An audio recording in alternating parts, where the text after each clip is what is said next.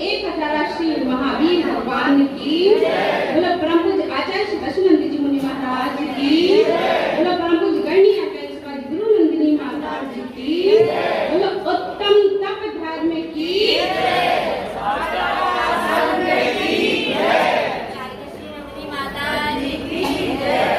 धर्मस्नेही बंधुओं, एक व्यक्ति था जिसके लिए भूख लगी।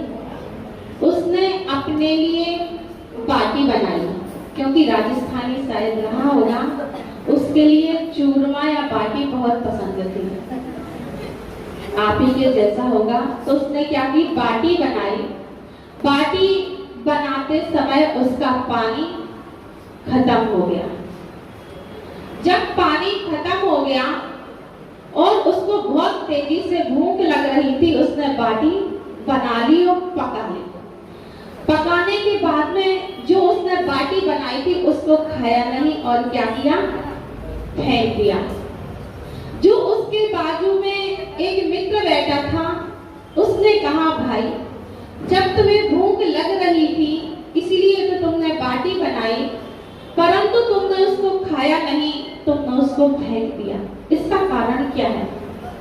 वह कहने लगा कि मैं बहुत दिन से अपने मन से कह रहा हूं कि थोड़ी देर रुक जा, मुझे पानी लेकर के आने दो और मैं तेरे लिए बाटी दूंगा, परंतु वह मान ही नहीं रहा है।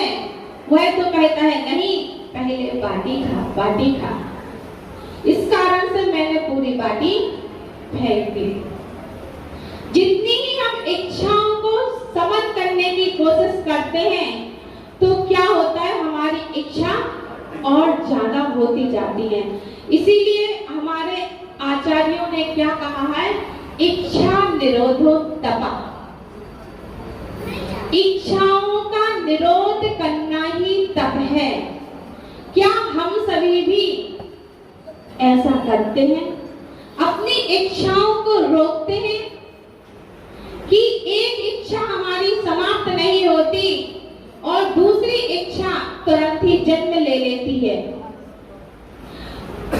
इस इच्छा के कारण हम इतने आसक्त हो जाते हैं कि हमें अपना मान और सम्मान कुछ भी नजर नहीं आता। एक बार क्या हुआ, एक व्यक्ति था, उसके लिए शायद वो बुंदेलखंड का रहा होगा। उसके लिए पापड़ बहुत पसंद थे, क्योंकि पापड़ का रिवाज बुंदेलखंड में ज्यादा है।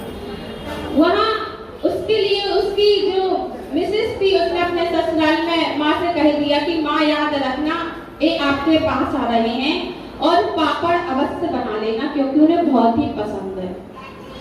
वह पहुंचा और पहुंचने के बाद में माँ ने, जो उसकी सासू माँ थी, पहले चर्चा आदि की और चर्चा आदि करने के बाद में वह भोजन परोसती है। वह पूरा भोजन परोस देती है, परंतु वह पापड़ को परोसना भूल जाती, क्योंकि आजकल की जो भूलने की बीमारी सभी को अधिक होती जाती है। कुछ हो गया तो मात्र ही भूल गया, तो भूलने की बीमारी होती, वह भी भूल गई अचानक। अब उसका जो दामाद था, उसके मन में आया, पापड़ तो सामने माँ बनाए के रखे, लेकिन परोस नहीं रही। अब ससुराल थी, बोल भी नहीं सकता था, क्योंकि इज्जत का, सम्मान का समय था। वह क्या करता है, वह कहता है कि माँ आपके लिए एक बात बताऊं, जब मैं रास्ते से आ रहा था, जंगलों से गुजर रहा था, तब मुझे एक काला बहुत बड़ा सर्प मिला। माँ ने पूछा, कितना बड़ा सर्प था? वह कहने लगा कि माँ, जो पापड़ रखे हैं ना, यहाँ से लेकर उस पापड़ तक इतना लंबा वह सर्प मिला था। अरे सासू माँ कहती है, मैं तो पापड़ परोसना भूल ही गई। धर्मस्नेही बंधुओं में इस तरह से अपनी जो आसक्ति है, इसको घटाना ही तप धर्म है। जिस प्रकार से एक व्यक्ति था, उसके लिए रसगुल्ले पसंद थे, क्योंकि राजस्थान में मीठा ज्यादा, जो भी आहार कराएगा माता जी को लड्डू देना है, माता जी को मीठा चलाना है, मीठा नहीं है तो राजस्थान में कुछ भी नहीं है। उन्होंने कहा कि मुझे रसगुल्ला बहुत पसंद है। वह मित्र के निमंत्रण किया, वहां पर गया और जैसी कोई मित्र की मंडली होती ना, आपके यहाँ एक ग्रुप है, दूसरा ग्रुप है और दूसरा विवेक मंडल है, तो बहुत सारे ग्रुप होते, वहां भी वो लोग ग्रुप में भोजन करने के लिए गए। तो उन्होंने कहा कि इसको रसगुल्ले पसंद है और मजाक मजाक में शर्त रख दी कि भाई यदि तू 4 रसगुल्ले खाएगा तो मैं तुम्हें 10 रुपए दूंगा। अब रसगुल्ले भी मिल रहे और पैसे भी मिल रहे, कौन छोड़ेगा? बुद्धिशाली तो छोड़ेगा नहीं। तो उसके बाद में क्या हुआ, उसने 4 रसगुल्ले खा लिए। दूसरा मित्र बोला, अरे तुम तो रसगुल्ले पसंद है, 4 क्या होता है, 4 तो दाढ़ में ही दब जाते हैं। यदि तुमने 4 और खा लिए तो मैं तुम्हारे लिए 100 रुपए दूंगा। कहने लगा हाँ कोई बात नहीं, उसने 4 और खा लिए। उसके बाद कहा कि यदि तुमने 4 रसगुल्ले और खा लिए तो मैं तुम्हें 1000 रुपए दूंगा। वो 4 रसगुल्ले और खा लेते। अब वो कहता भैया मेरी कैपेसिटी नहीं है, मैंने 12 रसगुल्ले खा लिए। अरे एक बोला क्या कहते हो भाई, अभी 12 ही तो खाए हैं, इसमें कुछ नहीं, छोटे छोटे से रसगुल्ले, इसमें कुछ भी नहीं है, तुम्हें 4 खाए तो मैं 1 लाख रुपए दूंगा। ठीक है। जो ही उसने 3 रसगुल्ले खाया और 1 आधा खाया और वही धराम से गिर गया।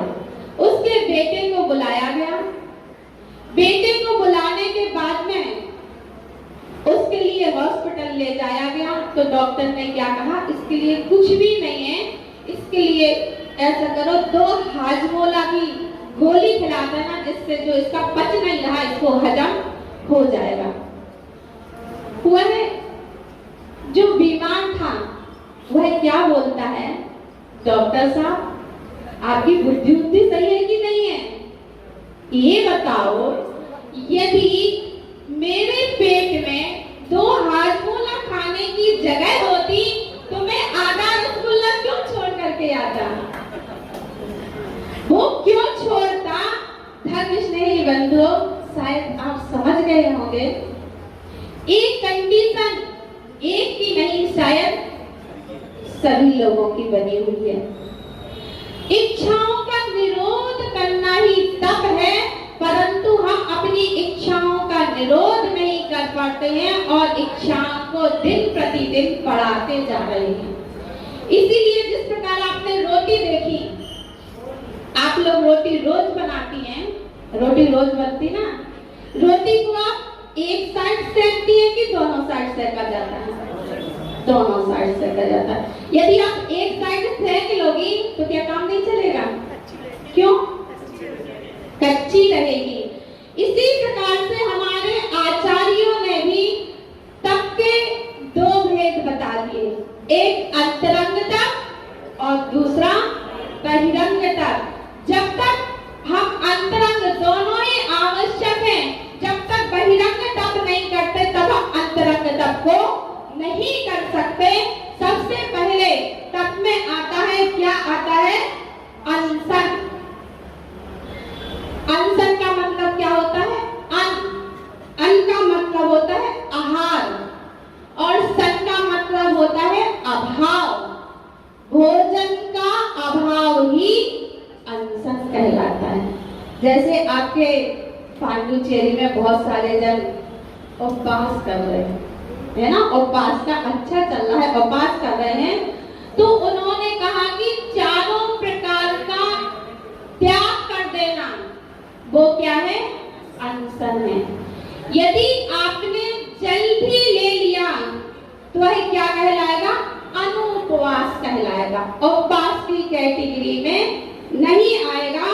तो उन्होंने कहा जितना उपवास का फल मिलता है उससे 7/8 हिस्सा कम हो जाता है, और यदि आपने इससे भी कुछ अधिक ले लिया तो आपका उसका हिस्सा थोड़ा सा और पुण्य का कम हो जाएगा। इसके बाद दूसरी बात उन्होंने क्या कही कि दूसरा तप है आपका अमोदर्य तप है। इसके बाद उन्होंने अमोदर्य उन्नोदर्य से कहते हैं भूख से कम खाना। उत्कृष्ट तुमने ये कह दिया कि जो एक चावल का केवल ओनली एक चावल लेना और जल ले लेता है वह तो उत्कृष्ट उन्नोदर कहलाता है, और एक ग्रास भी कम करना, भोजन कम लेना, वह जघन्य अमोदर्य तप कहलाता है। यह तप किसने किया था? गौतम बुद्ध ने। गौतम बुद्ध पहले जैन ही थे, उन्होंने यह तप किया था। आज उनने अपना मत अलग कर लिया। इसके बाद में जो कहा जाता है कि आज आपके क्या कहते हैं, पर्युषण के पहले धासन चौथ आती है। धासन चौथी क्यों कही जाती है? क्योंकि उस दिन कहा जाता है कि पंचमी से तो पर्युषण व्रत लगना है, सबको कुछ लेना नहीं है, ठूस ठूस के आज के दिन खा लो। इसीलिए उसको क्या धासन चौथ कहा जाता है। तो जो हैदराबाद का एक डॉक्टर था उसने कहा कि बिना भोजन करे तो इंसान रह सकता है, स्वस्थ रहता है, परंतु जो खा खा करके ठूस ठूस करके खाता है वह अस्वस्थ हो जाता है। क्या हम सभी भी इस अमोदर्य तप को करते हैं? जब तक पेट में जगह बनी रहती है तब तक छोड़ते नहीं है। कम से कम हम इतना तो कर सकते हैं कि एक ग्रास कम खाएं। उन्होंने कहा कि जो डॉक्टर था उसने कहा कि यदि कोई व्यक्ति 7 दिन में एक उपवास करता है तो उसके लिए कभी कैंसर आदि रोग नहीं होते। धर्मस्नेही बंधु, ऐसे बहुत सारे लोग हैं जिसको पेट की परेशानी होती है, वह एक उपवास कर लेता है तो उसका पेट सही हो जाता है, परंतु हम चाहते कहाँ हैं? चाहते तो इच्छा जहाँ हुई कि मुझे एक चीज चाहिए, चाहे आपको डायबिटीज है, मन किया कि आपको मीठा चाहिए तो आप खा लोगे, इच्छाओं का विरोध नहीं करोगे। यदि साधु ने कह दिया कि आपसे आहार नहीं लेंगे, आप रात्रि भोजन का त्याग कर दीजिए, माताओं मार्केट जाते हैं, दुकान है, अब वो परेशानी है, रोज भूखा नहीं रहा जाता है, क्या करूं, नहीं चल सकता, आहार नहीं दूंगा, परंतु इच्छाओं का निरोध नहीं करूंगा। यदि वही डॉक्टर आपसे कह दे कि रात्रि भोजन करने से आपका वजन बढ़ता है, आपका फैट बढ़ेगा, तो आपको अटैक आ सकता है, आप दूसरे दिन तो क्या, उस दिन से आप रात्रि भोजन करना बंद कर देंगे। एक पक्का है, यदि गुरु हमारे लिए समझाते हैं तो शायद हम उनकी बातों पर इतना श्रद्धा नहीं रख पाते हैं, परंतु एक डॉक्टर के प्रति इतना श्रद्धा रखते हैं कि डॉक्टर कुछ भी कह दे, आपको दिन में एक बार भोजन करना है तो आप एक बार भोजन करने लग जाएंगे। डॉक्टर ने कह दिया कि आपको घूमने जाना है तो आप घूमने चले जाएंगे, अभिषेक करने नहीं आएंगे। क्यों? डॉक्टर ने कह दिया सबसे पहले निरोगी काया। सबसे पहले क्या है? निरोगी काया। वो ठीक है, जितना आवश्यक है उतना तो आप करो। आपके लिए डॉक्टर ने घूमने के लिए कहा तो आप परिक्रमा भी तो लगा सकते थे, जिससे आपका पुण्य भी तो अर्जित होता। आपके दो आपसे इससे फल मिलते, आपको पुण्य भी मिलता और आपका स्वास्थ्य भी ठीक रहता। इसके बाद कौन सा आता है? व्रत परिसंख्यान। यह व्रत परिसंख्यान भी 2 प्रकार इसके भेद कहे गए। एक तो एक नियम रूप होता है, एक यम रूप होता है। जो नियम रूप होता है, ऐसा संकल्प लेना कि मैं आज के लिए ही व्रत नियम लेता हूँ, एक दिन के लिए ओनली। और यम रूप में आजीवन के लिए, जैसे कोई साधु निकलते, आपने देखा है कि साधु शांति सागर महाराज थे, उन्होंने क्या नियम लिया था जो भाले से पड़गाएगा तभी मैं आहार लूंगा। अटपटी विधि लेना होता है इसमें। तो शांति सागर महाराज ने क्या नियम लिया कि भाले मिलेगा, भाले से कोई पड़गाएगा तभी मैं आहार लूंगा। एक दिन रानी अपने महल में सो रही थी, उसको सपने आया कि आज महाराज का बहुत दिन हो गया, उपवास चल रहे हैं, उनकी विधि नहीं मिल रही है। तो वही क्या करती, उसको सपने में देखा। उसने राजा से कहा कि राजन मैंने सपने में देखा है कि भाले से पड़गाऊं, और सेवकों से कहा कि भाला रखा है, भाला लेकर के आओ। जो हुई वह रानी पड़गाने के लिए खड़ी हुई और तुरंत ही मुनिराज पड़क गए। जो ही मुनिराज की नौता भक्ति हुई, मुनिराज आहार के लिए खड़े हुए तो वो केवल ओनली क्या ले रहे थे, पानी। पानी ही पानी चल रहा था। रानी पुनः विचार करती है, मैंने इतने सारे मिष्ठान बनाए, क्या मुनिराज का त्याग है? आज जो कुछ भी नहीं ले रहे, ओनली जल ही जल ग्रहण कर रहे हैं। तब उसके मन में सोचा, हो सकता है जिससे मैंने पड़गाया था उनका नियम ऐसा ना हो कि उसी से हाल लेना हो। वह जाती है और भाले को उठाती है और भाले पर एक ग्रास रखती है, मुनिराज को देती है और मुनिराज का आहार प्रारंभ हो जाता है। बंधुओं, ऐसे एक नहीं बहुत सारे आचार्य आपने भी देखा होगा कि आचार्य अटपटी विधि ले लेते हैं। जिस प्रकार से एक मुनिराज ने नियम लिया कि यदि जमीन पर रत्न और मोती गले मिलेंगे तभी मैं पढ़ूंगा। मुनिराज के 4-6 उपवास हो गए और क्या होता है, एक नई बहू की तुरंत शादी हुई थी। वो आई और उसके लिए उसकी छोटी सी बच्ची थी, उसके गले से उसका मंगलसूत्र ऐसा खींचा तो जो मोती रत्न थे वह पूरे बिखर गए। मुनिराज ने जो ही देखा और उनकी विधि मिली और वो पड़क गए। एक व्यक्ति कहने लगा, देखो मैंने कहा था कि मुनिराज तो मेरे पास ही खड़े होंगे। जैसे आप लोगों को लगता है ना, जल्दी से मन में आ जाता, नहीं मैंने ऐसा किया है। उसने मुनिराज के सामने कहा कि आज मैंने कहा था मेरे ही सही पड़ गए, तो मुनिराज पड़क गए। जब मुनिराज का आहार हो गया तो उन्होंने कहा, ऐसा नहीं था, मेरा नियम था कि जब हीरे या रत्न आदि जमीन पर मिलेंगे तो ही मैं आहार करूंगा। आज मेरा ऐसा नहीं, आज मेरा नियम ऐसा ही चल रहा था, जिस कारण से आज मुझे विधि मिली और मैंने आहार ग्रहण किया। ऐसी अटपटी विधि लेना। इसके बाद में रस परित्याग। रस परित्याग कैसा होता है? 6 प्रकार के रस होते हैं। 6 रस होते हैं ना। 6 प्रकार की रसी होती है, नमक की रसी, मीठा की रसी, दूध की रसी, दही की रसी, तेल की रसी आदि। इस 6 प्रकार की रसी होती है। तो एक भी रस का हमें त्याग कर देना। कभी मीठे का कर दिया, आज मैं मीठा नहीं खाऊंगा।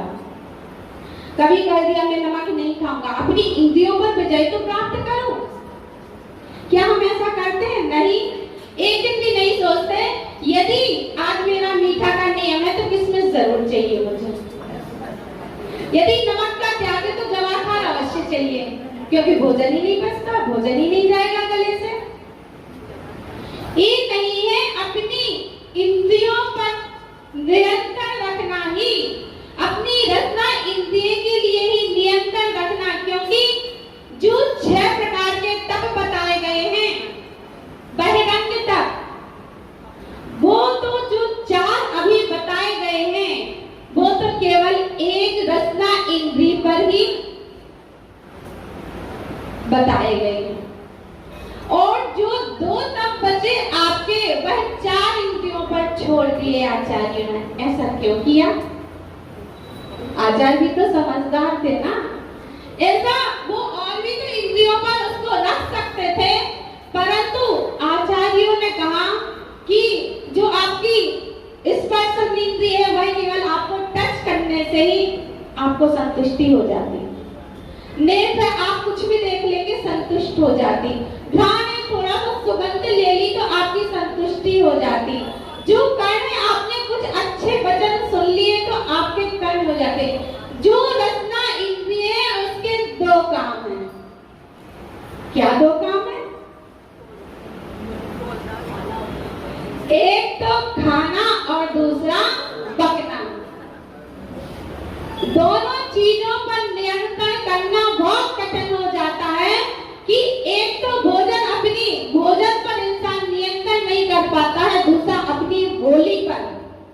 जो भी आया कुछ भी बोल देता है, अपनी बोली पर कभी भी नियंत्रण नहीं रख पाता। धर्मस्नेही बंधु, इसके बाद क्या कहा है? विविक्त संयासन। विविक्त संयासन क्या होता है? आसन संबंधी कष्टों को सहन करना। हमें तो डल्लब का गद्दा चाहिए माता, चिटाई पे तो हमें नींद भी नहीं आती, क्या करूं?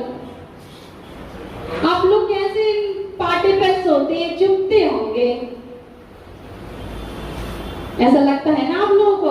मतलब आप तो माता जी बन गई, आपकी बेस इतना संसार में दुख तो हम सहन कर सकते हैं, परंतु हम आपका संयम ग्रहण नहीं कर सकते। बहुत कठिन है, बहुत कठिन है।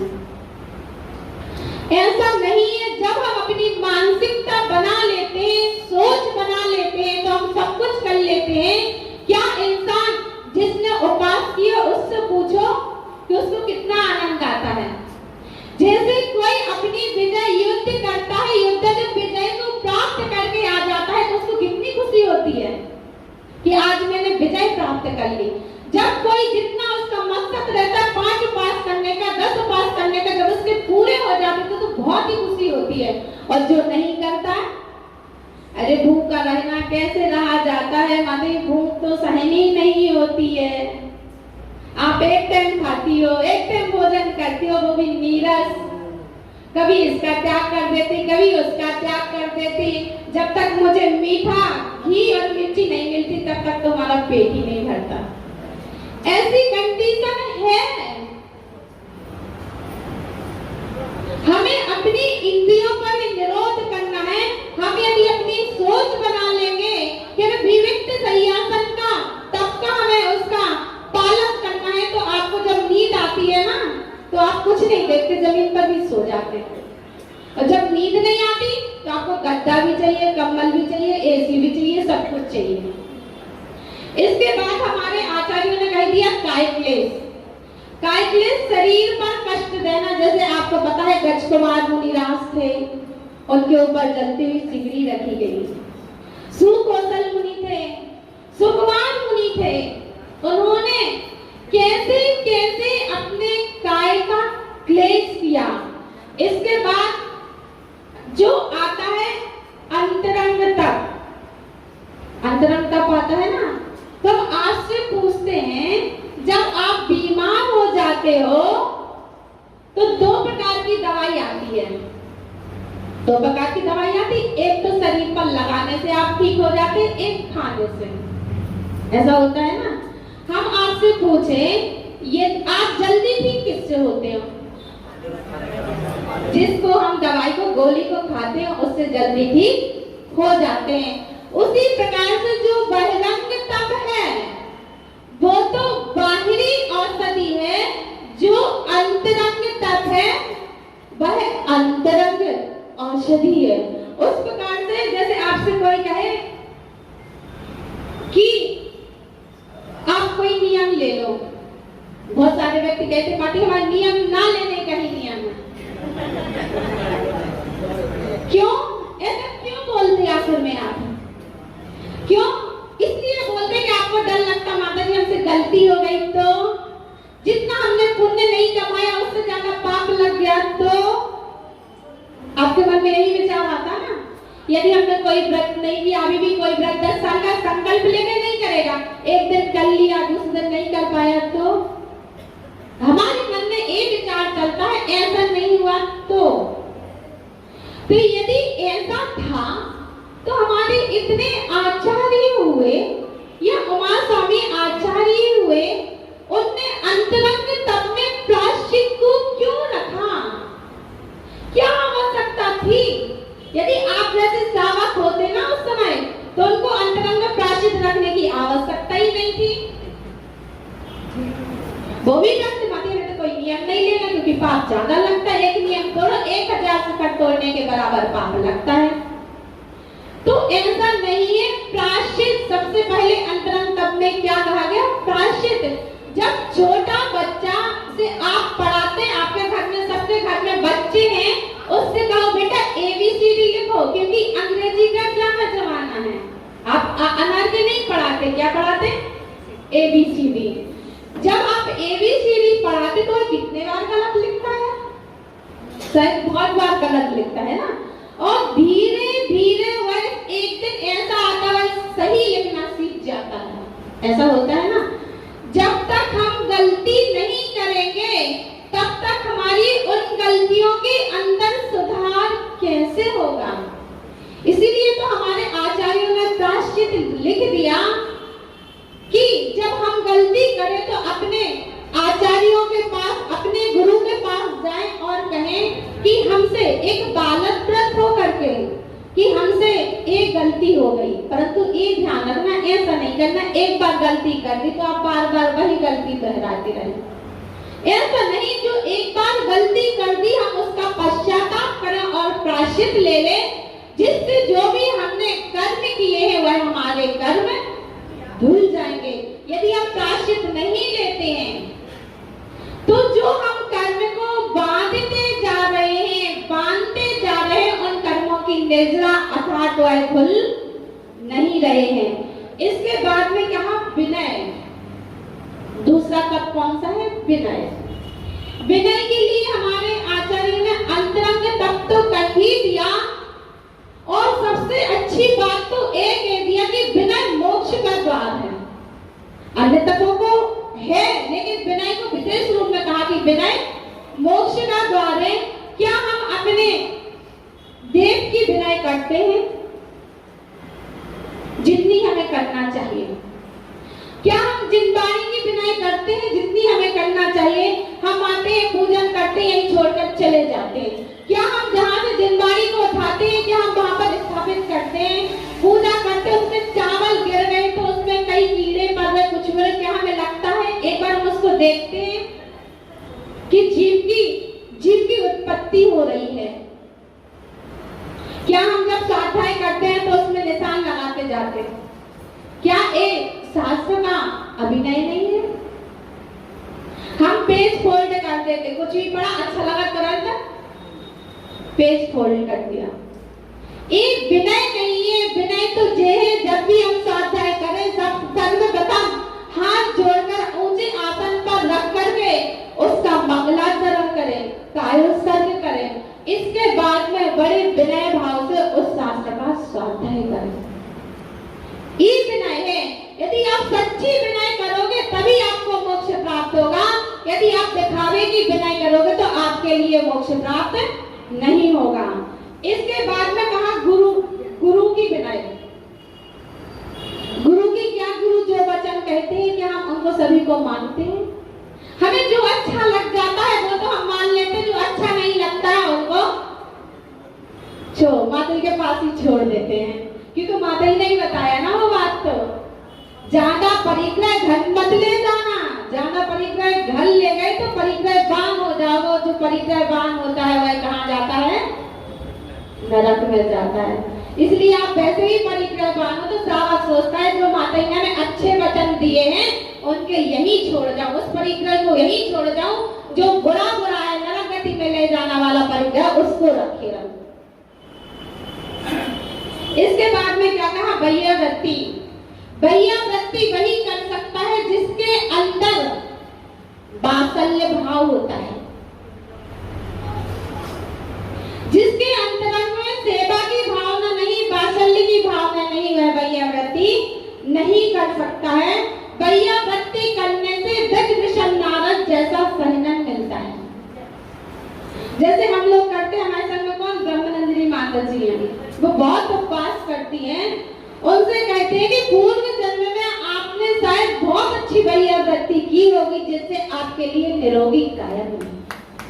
आप इतने अच्छे उपवास कर रही हैं, आप अपने शरीर का सही तरीके से उपयोग कर रही हैं, जिसके लिए भी अच्छी निरोगी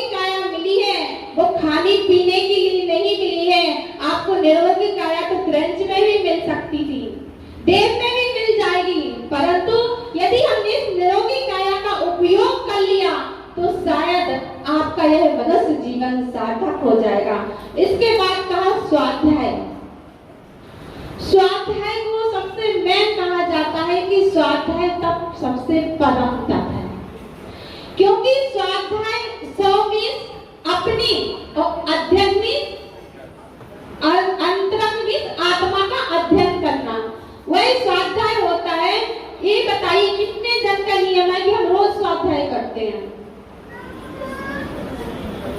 हाँ, करीब सबको ये नियम लेना चाहिए कि स्वाध्याय, क्योंकि जब तक हम शास्त्र में नहीं पढ़ते हैं तो हम रूढ़िवादिता में चले जाते हैं, जिसको जैसा देखते वैसी क्रियाएं करते रहते।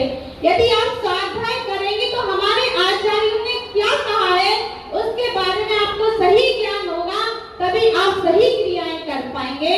तो जो स्वाध्याय करते हैं उनके लिए भी बड़ी विनय से स्वाध्याय करना है।